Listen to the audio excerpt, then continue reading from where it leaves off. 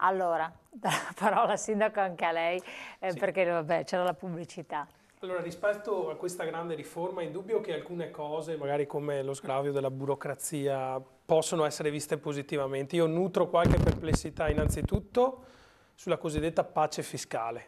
Chiamiamo le cose col proprio nome e cognome. Questo è un condono che forse da un punto di vista elettorale piace molto agli italiani, soprattutto a quelli che non hanno Ecco, ma pagato solo profitto. elettorale secondo lei, o forse c'era anche bisogno a un certo punto di rendere più amico, meno nemico il fisco in una tensione, un'ostilità continua, avvicinare un, Ma non sicuramente un c'è bisogno pseudo di tutto. contribuente, lei insomma lei Però conosce il c'è anche bisogno territorio. di rispettare chi facendo sacrifici ha pagato fino all'ultimo centesimo, perché qual è il messaggio che passa? Tanto vale non pagare, che poi arriva qualcuno che mi fa il condono. Questo io lo Però verifico. il condono pace, come si vuole chiamare, che tanto il termine è Pace inutile, fiscale, mettiamoci d'accordo chiamiamolo su un come... termine, tutti i governi l'hanno fatto, abbiamo fatto una Sì, trasmissione ma dedicata a questo è proprio un ricordando tutti i concetto di governi. principio. Il condono non va bene. Bisogna mettere le persone nelle condizioni di riuscire a pagare le tasse, però diciamo bisogna anche premiare chi quelle tasse le ha pagate, magari facendo grandissimi sacrifici. Poi un'altra cosa che vedo un po' come fuori dal tempo è questo tipo di reddito di cittadinanza che un po' mi ricorda le tessere che in un qualche modo si danno a Cuba, dove puoi andare, ci sono due tipi di moneta, le cucche e un'altra moneta, puoi andarti a prendere determinati tipi di prodotti. Sono scelte politiche che possono avere magari anche dei riflessi positivi, io non giudico questo, certo che mi lasciano un po' perplesso. Che altro dire? Per quanto riguarda appunto anche l'imprenditoria del Veneto, è indubbio che tante volte gli imprenditori del nostro territorio si affidano nella speranza che i governi che vengano facciano delle riforme che vadano a incentivare l'imprenditoria in modo da riversare più ricchezza sul territorio.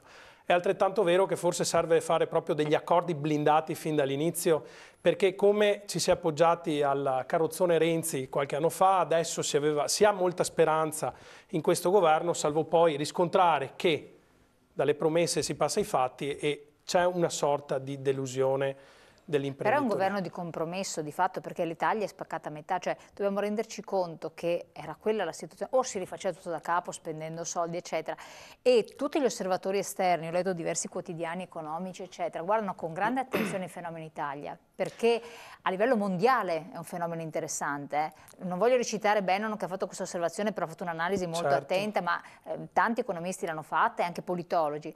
È un caso mondiale, cioè che due forze politiche, non dico antitetiche, però comunque con dei principi cardine che andavano da una parte e dall'altra, hanno saputo trovare un trade union e portare avanti due progetti, non tutti i progetti, perché per contentare un'Italia che è spaccata in due, perché da una parte c'è l'Italia che tira, e lo sappiamo, che va bene, nord-est, attenzione Piemonte non va per niente bene, Piemonte poveretto piange come Sud Italia. Si vede quindi la linea di demarcazione tra 5 Stelle e Lega. E sotto c'è le Stelle del Sud. Come fare? Come fare? Qui bisogna a un certo punto, alzare un po' l'asticella di discussione. Noi abbiamo tantissime emergenze, c'erano i profughi, i richiedenti asilo, adesso c'è questa riforma, ma perdiamo un po' di vista anche l'aspetto strutturale della nostra democrazia. C'è una legge elettorale di cui nessuno parla più.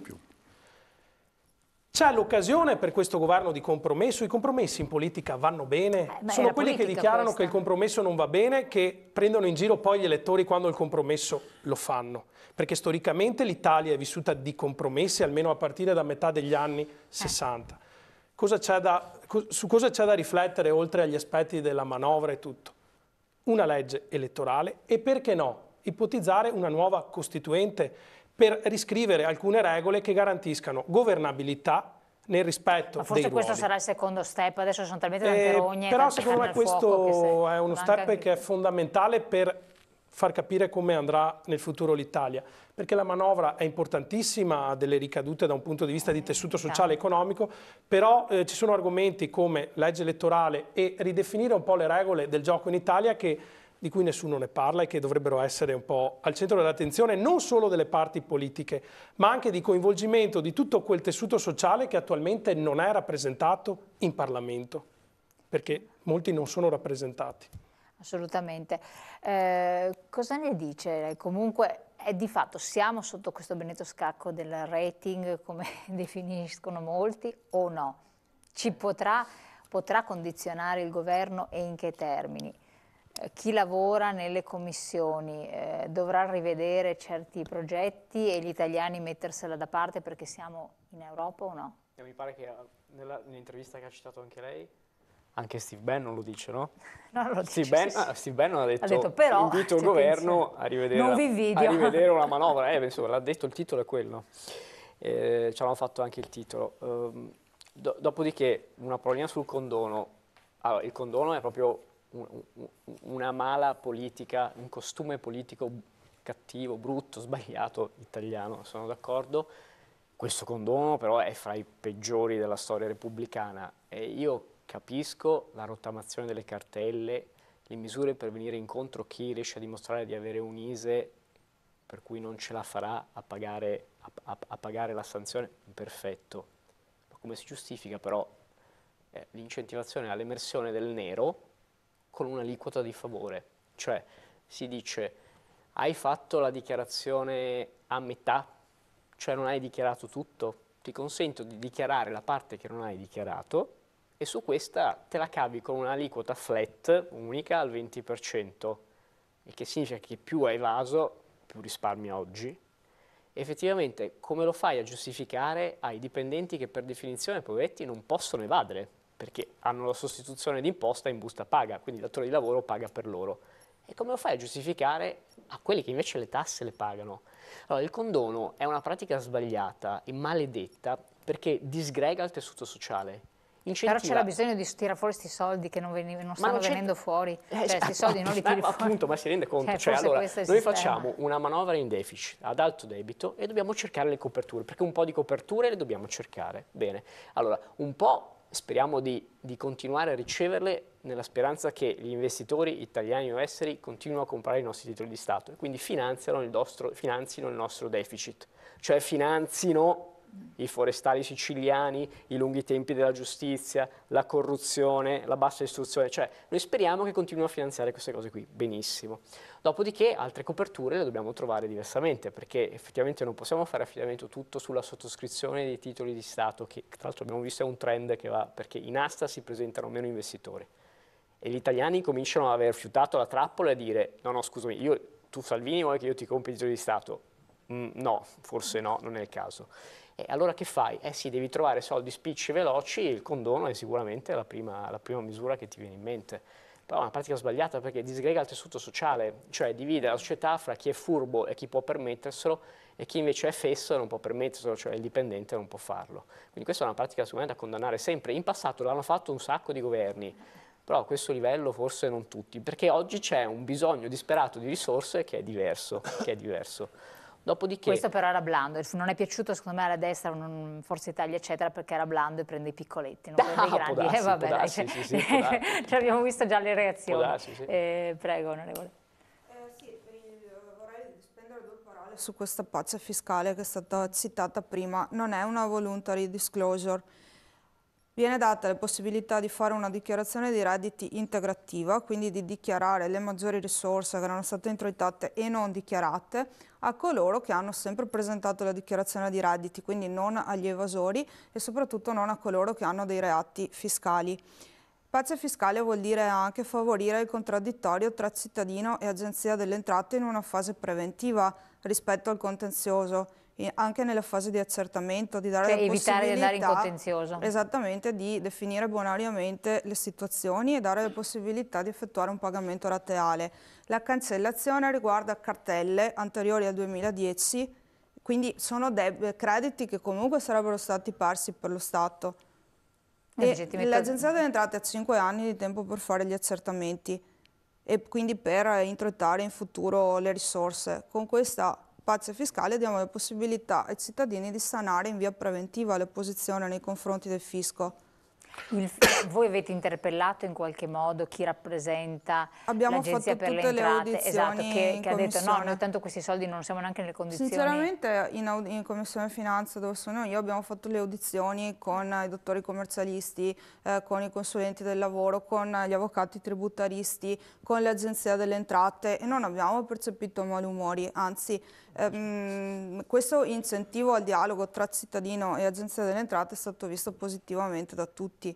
Quindi anche l'Agenzia per le Entrate, che è la prima coinvolta, che quindi incasserebbe di meno, ha ammesso che non sarebbe stato in grado di recuperare questi soldi sostanzialmente. Quindi. Anche la Guardia di Finanza non ha sollevato obiezioni perché ci rendiamo conto del fatto che gli accertamenti a volte sono problematici. Questo di fatto e la fatturazione elettronica dovrebbe proprio favorire il controllo a monte delle situazioni e dovrebbe evitare l'evasione. Perfetto. Prego, segretario. Mi pare che sia stati a più voci espresso una contrarietà. Ma non potete, a questo che si chiama quello pace, che chiedo, ma in realtà un condono. Sì, un po' sentendo anche i cittadini, il malessere, cioè la reazione da parte di molti cittadini è alla fine lasciateli giocare, sono in ballo, stanno giocando, lasciateli giocare. Cioè, ma stanno giocando con le nostre vite, questo è il punto, stanno giocando con le nostre vite. È questo il punto che io mi rendo conto di essere minoranza culturale in questo momento nel paese. Che è grave che io l'ammetta, ma è perché si vanno a solleticare gli istinti più profondi. Cioè uno per antonomasia dice vorrei pagare meno tasse e io ti butto lì un sasso che si chiama flat tax. Poi tu vai ad analizzarlo nel concreto, per 3/4 era già stata fatta per le categorie fino a 65.000, no, era meno per le partite IVA, adesso aumentate di un pochettino, è la flat. Non è flat perché non è per tutti. E in più poi, signori, carissimi, visto che poi potremo fare una trasmissione solo su questo, allora facciamo le trasmissioni e ci diciamo, ah ma la sanità, ah ma allora i livelli essenziali di assistenza, perché non inseriamo anche quella quota? In Veneto, ad esempio, parliamo del Veneto, sulle case di riposo, mancano posti, le quote non sono mai state alzate. Queste cose hanno bisogno di risorse, In una torta che fa 100, se tu dici che la fai flat e quindi tutti pagano una quota che per antonomasia sarà una via di mezzo e che andrà benissimo agli alti e malissimo ai bassi, la progressività di reddito, mettere in dubbio la progressività di reddito significa scardinare il sistema che riequilibra come sono nato e come mi sono posto in società.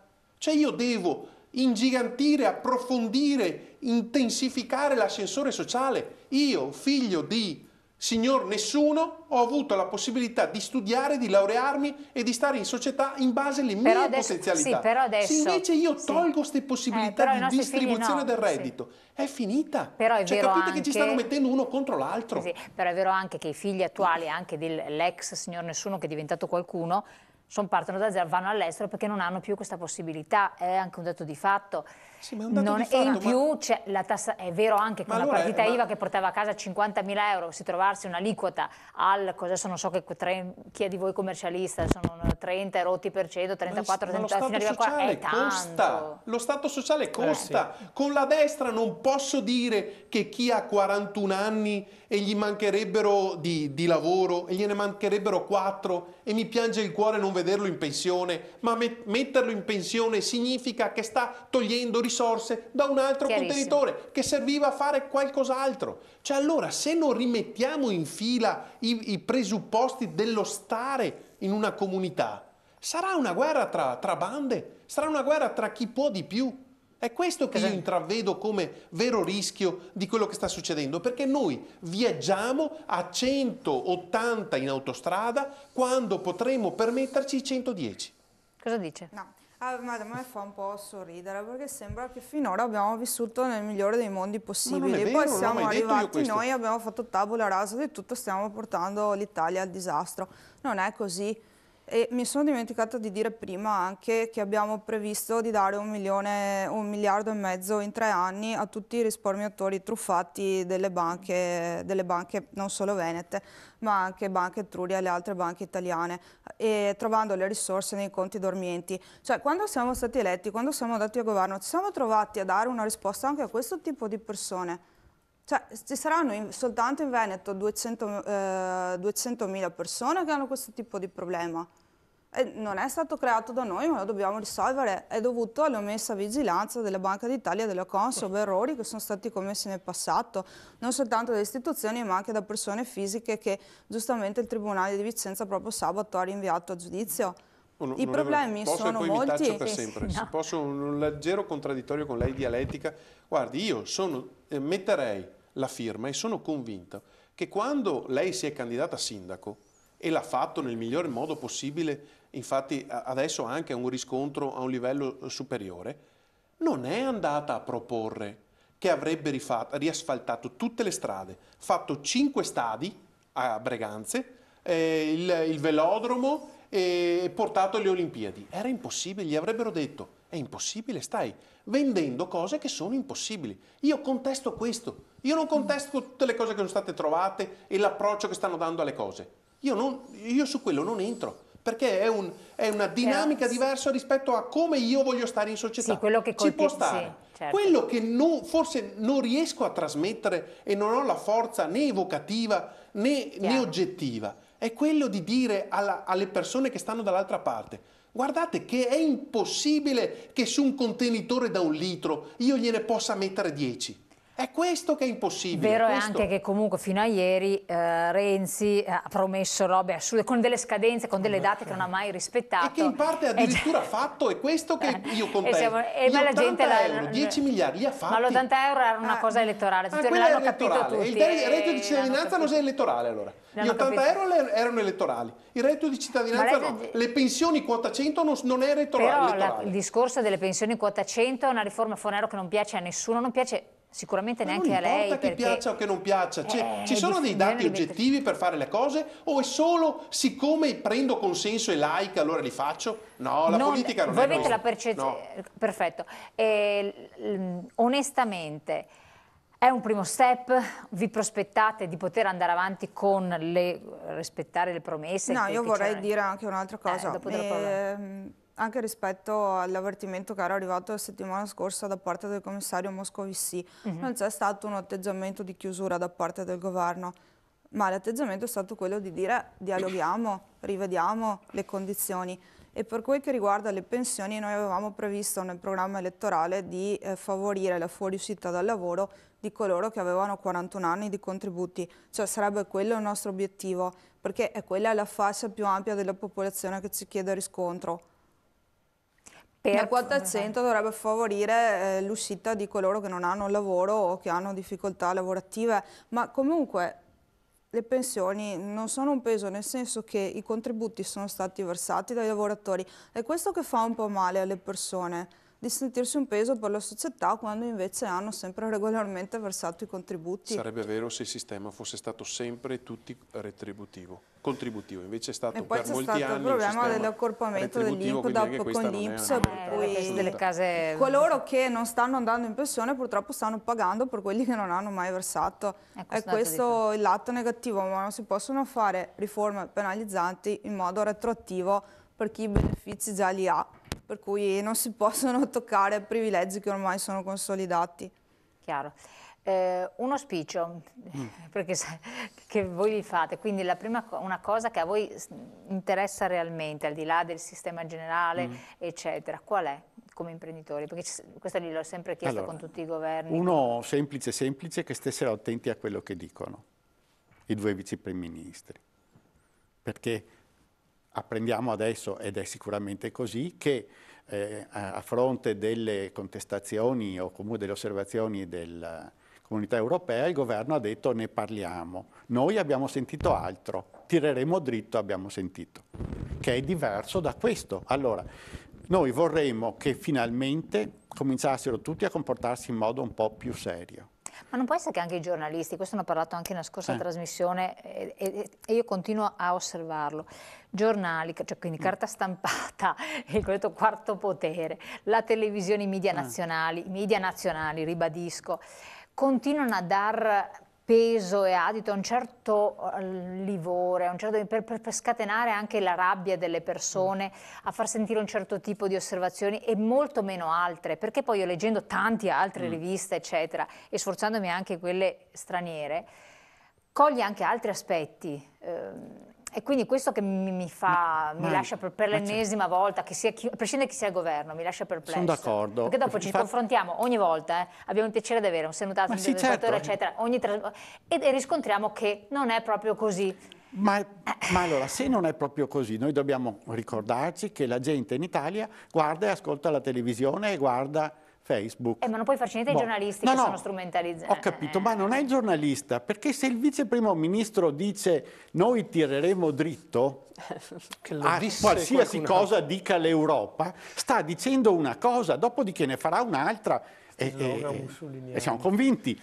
Ma sta dicendo una cosa e alla gente che ascolta arriva questa risposta. Uno,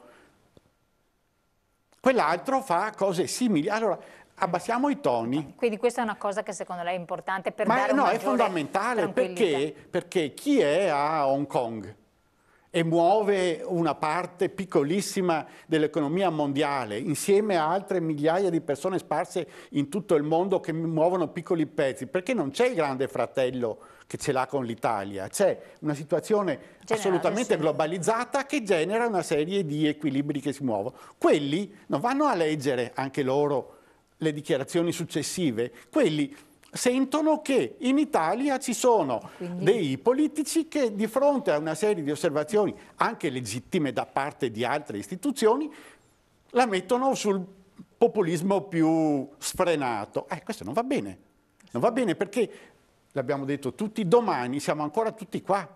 Le nostre case sono in Italia e l'Italia è in Europa. E pensare a un'Europa che sarà fatta tutta di partiti molto nazionalisti e populisti come quello nostro, perché in Austria succede la stessa cosa.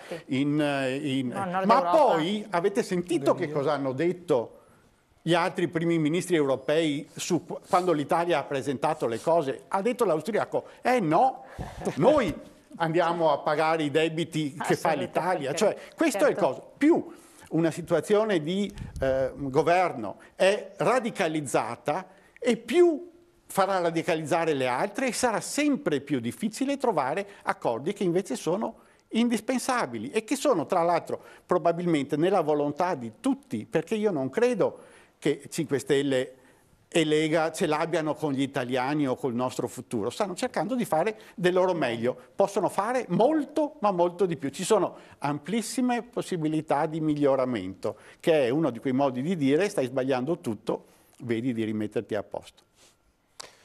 2 brevi appunti su quanto ha detto l'onorevole che ha vissuto l'esperienza da sindaco e poi la non rielezione che sicuramente ha lasciato un grande dispiacere, però questo dispiacere ha aperto una possibilità che sta vivendo adesso che può in un qualche modo sia riscattare politicamente ma anche aiutare in un percorso di essere più incisivi da un punto di vista politico, quindi le auguro tutti i mali vengono per nuocere, si apre un portone e chiusa una porta. Un altro appunto a segretario regionale del PD quando dice che si sente minoranza culturale nel paese. In Italia i riformisti sono sempre stati minoranza culturale, perché i riformisti sono serviti alla nostra nazione per andare a governare la cosa pubblica quando altri avevano creato disastri. Quindi se non si parte da un presupposto di cambiare proprio la mentalità dell'italiano, del tessuto sociale, noi riformisti resteremo sempre minoritari. Sappiamo che questa in Italia è una cosa, diciamo, un po' naturale. L'auspicio è che il Presidente del Consiglio faccia il Presidente del Consiglio. Io ho capito che è stata una mediazione anche questa figura, ma se fossi io al suo posto, avendo 2 ministri che si comportano così, mi farei un po' più sentire. Quindi Conte fa il Presidente del Consiglio e svolgi il tuo ruolo come dignità vorrebbe. Ed ecco che la stampa non può più giocare su certe dichiarazioni, perché se un mio assessore si permette di dire alcune cose che non vanno, magari è anche più anziano di me, quindi gli porto rispetto, però mi sente il giorno dopo, Conte deve fare questo, deve fare il Presidente del Consiglio. L'altro auspicio è che di fronte a certe tematiche d'attualità, i richiedenti asilo, la manovra finanziaria, il governo ragioni seriamente, coinvolgendo anche le opposizioni, coinvolgendo anche tutte quelle persone che in Parlamento non sono rappresentate, per rivedere le fondamenta della nostra democrazia e della nostra Repubblica.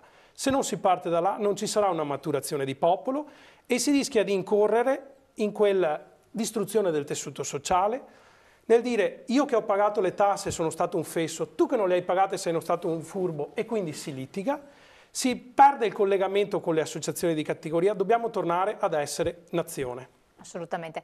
Anche lei la parola un po' così come auspicio di chiusura, sì. Sì, allora, io per questo auspicio colgo l'occasione, prendo lo spunto dall'ultima parte dell'intervento di Carlo Valerio. Attenzione, cioè, io spaventerò gli ascoltatori, quelli che non hanno colto questa cosa nella nota sul declassamento di Moody's. Cioè Moody's dice l'outlook dell'Italia, comunque cioè l'orizzonte temporale per un giudizio sul breve termine, rimane comunque stabile. Non ci aspettiamo in realtà di scendere a livello spazzatura. Perché? Però perché dice Moody's? Perché comunque la ricchezza privata degli italiani è ancora molto importante. Il che vuol dire che quello che sta succedendo in Europa è che è l'Europa che ha in mente Salvini, cioè Salvini e Di Maio hanno in mente un'Europa che per l'Italia è un boomerang pazzesco. Infatti l'Italia oggi si trova molto isolata. Ha ricordato che l'amico sovranista Kurz dice, no scusate, il debito italiano se lo paga l'Italia, scordatevi solidarietà europea. Quindi l'Europa che hanno in mente Salvini e Di Maio, dove gli stati tornano a chiudersi in se stessi, è un'Europa dove ognuno si tiene i migranti che ha e ognuno si tiene i debiti che ha. Noi, personalmente, più Europa, ha in mente un'altra idea di Europa e avremo modo di spiegarla in campagna elettorale. Però questo significa che a disposizione dei debiti che fa lo Stato, per la stessa agenzia di rating ci stanno i grandi risparmi degli italiani. Allora, noi tutti ci ricordiamo quel 6 per 1000 di notte, no? La patrimoniale, il prelievo forzoso dei nostri conti correnti. Cioè io mi ricordo mio padre si svegliò la mattina e visse veramente questa cosa in maniera... Cioè, insomma, il senso di esproprio e di furto in casa è importante. Allora, Salvini, ho capito che dice no, non è in arrivo una patrimoniale, ma se l'Europa dice l'Italia non avrà bisogno di sostegno europeo, non sarà la Grecia che non aveva i soldi per ripagarsi i suoi debiti, l'Italia i suoi debiti se li ripaga, i privati avranno le risorse a disposizione.